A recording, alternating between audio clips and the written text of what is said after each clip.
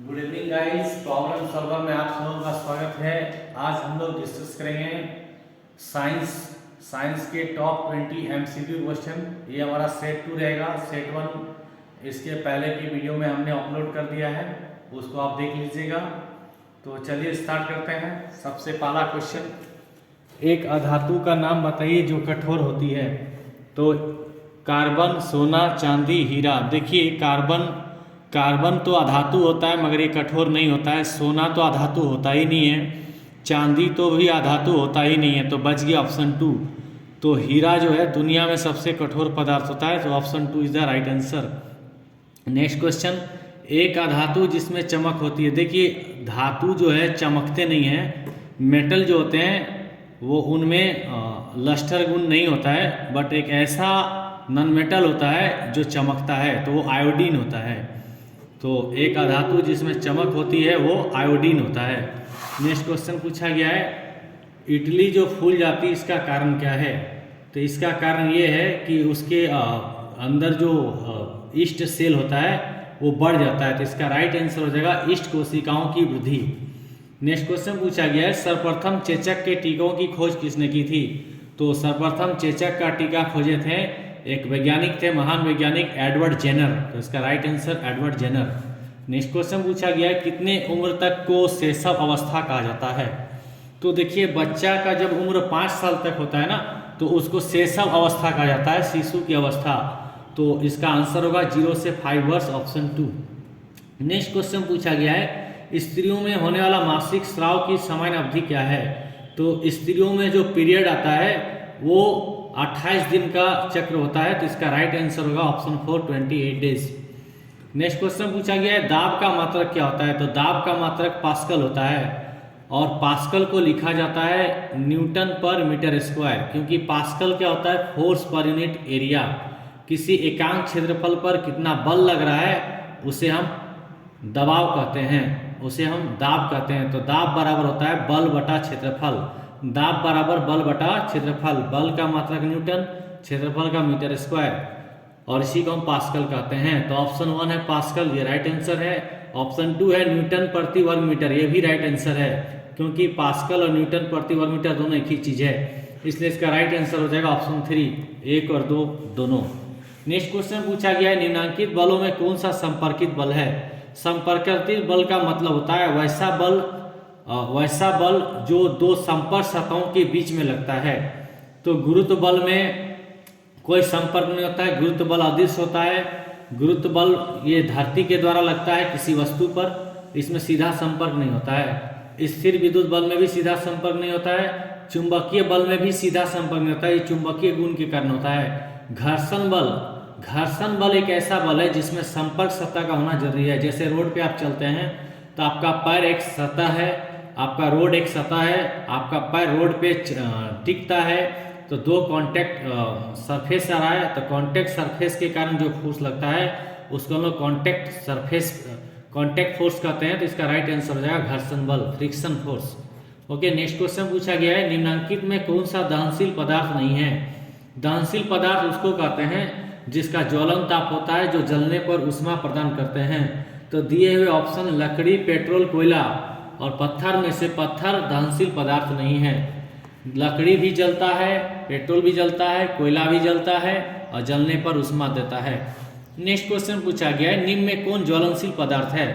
तो आपको मैंने ऊपर बता दिया पेट्रोल ज्वलनशील पदार्थ है, क्योंकि इसमें सबसे तेजी से आग पकड़ेगा लकड़ी, कोयला और पत्थर की तुलना में।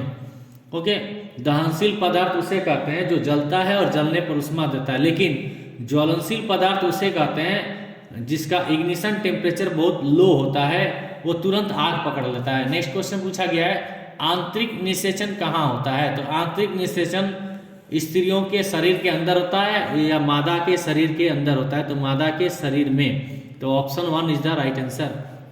नेक्स्ट क्वेश्चन पूछा गया है, अंडाणु और शुक्राणु के मिलन को क्या कहते हैं। देखिए अंडाणु स्त्रियों में पाया जाता है, शुक्राणु पुरुषों में पाया जाता है। तो जब पुरुष के शुक्राणु और स्त्री के अंडाणु आपस में मिलते हैं, संलयित होते हैं, तो इसको इंग्लिश में फर्टिलाइजेशन प्रोसेस कहते हैं, हिंदी में इसे निषेचन कहते हैं। निषेचन के बाद युग्मनज बनता है। तो option 1 is the right answer, निषेचन। परावर्तन के कितने नियम हैं? तो परावर्तन के 2 नियम होते हैं।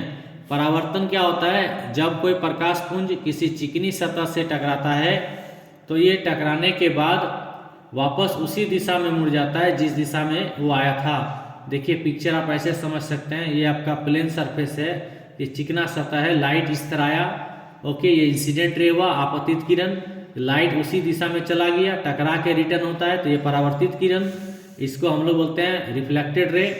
तो जिस दिशा से आता है उसी दिशा में वापस उड़ जाता है, ठीक है। तो इसके 2 नियम होते हैं, आपतन कोण परावर्तन कोण के बराबर होता है। तो यहाँ पे इसके बीच में आप एक सीधा सा परपेंडिकुलर डाल दीजिए, तो आपतन कोण मतलब जितना का एंगल आने में गए आया उतना का एंगल जाने में बनता है। तो आपतन कोण परावर्तन कोण के बराबर होता है। आपतित किरण ये जो आया, परावर्तित किरण जो गया और खींचा गया अभिलंब जो यहाँ 90 डिग्री है, तीनों एक ही तल में एक ही बिंदु पर स्थित होता है। तो परावर्तन के 2 नियम होते हैं।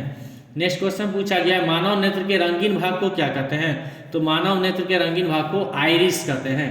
आइरिस के कारण ही कोई इंसान किसी रंगों में अंतर स्पष्ट कर पाता है। इसे हिंदी में परितारिका कहते हैं। नेक्स्ट क्वेश्चन पूछा गया, आवेश कितने प्रकार के होते हैं? तो आवेश 2 प्रकार के होते हैं, धन आवेश और ऋण आवेश। नेक्स्ट क्वेश्चन पूछा गया है, कांच को रेशम से रगड़ने पर रेशम में क्या उत्पन्न होता है? तो रेशम में धन आवेश उत्पन्न होता है। रेशम में धन आवेश होता है। कांच की छड़ को अगर आप रेशम से रगड़िएगा तो रेशम जो है कांच में चिपक जाता है, तो इसलिए रेशम में धन आवेश उत्पन्न हो जाता है। नेक्स्ट क्वेश्चन पूछा गया है, निम्नांकित में से कौन सा पौधा घर गैस नहीं है? मतलब इनमें से कौन सा गैस ग्रीन हाउस गैस नहीं है? तो इसको आप ऐसे याद कीजिएगा, ओ मीना का जलवा, ओ मीना का जलवा। ओ से हुआ ओजोन, मी से हुआ मीथेन। तो देखिए ऑप्शन में मीथेन, तो मीथेन तो ग्रीन हाउस गैस है। ना से ओके, इनमें से कौन ग्रीन हाउस गैस नहीं है? यहाँ पर देखिए का से होता है कार्बन डाइऑक्साइड, ओके। तो यहाँ पर दिए गए ऑप्शन में से पूछा गया ग्रीन हाउस गैस कौन नहीं है? तो ओ मीना का जलवा, ओजोन होता है, मीथेन होता है, नाइट्रोजन कंपाउंड होता है, कार्बन होता है और जलवाष्प होता है। तो यहाँ पर शायद ऑप्शन यहाँ कंफ्यूजिंग है, इसे मैं देख के बाद में बता दूंगा, सल्फर डाइऑक्साइड और नाइट्रोजन, क्योंकि यहाँ पर लिखा गया है ओ मीना का जलवा, तो ना से नाइट्रोजन फॉर्म आना चाहिए। चलिए नेक्स्ट क्वेश्चन पूछा गया है, बिरसा मुंडा जैविक उद्यान झारखंड के किस जिले में है? तो बिरसा मुंडा रांची में है, ओके। नेक्स्ट क्वेश्चन, जब एक ही किस्म के पौधे किसी स्थान पर बड़े पैमाने पर नियमित रूप से उगते हैं तो उसे क्या कहते हैं? तो एक ही तरह का प्रजाति का पौधा अगर किसी जगह पर बहुत ज़्यादा मात्रा में उगता है तो उसे हम फसल कहते हैं, उसे हम फसल कहते हैं। नेक्स्ट क्वेश्चन पूछा गया है, सूर्य का सबसे गर्म ग्रह कौन है? सूर्य का सबसे गर्म ग्रह कौन है? देखिए सौरमंडल का सबसे गर्म ग्रह शुक्र होता है, मगर यहाँ क्वेश्चन पूछा गया है सूर्य का सबसे गर्म ग्रह कौन है?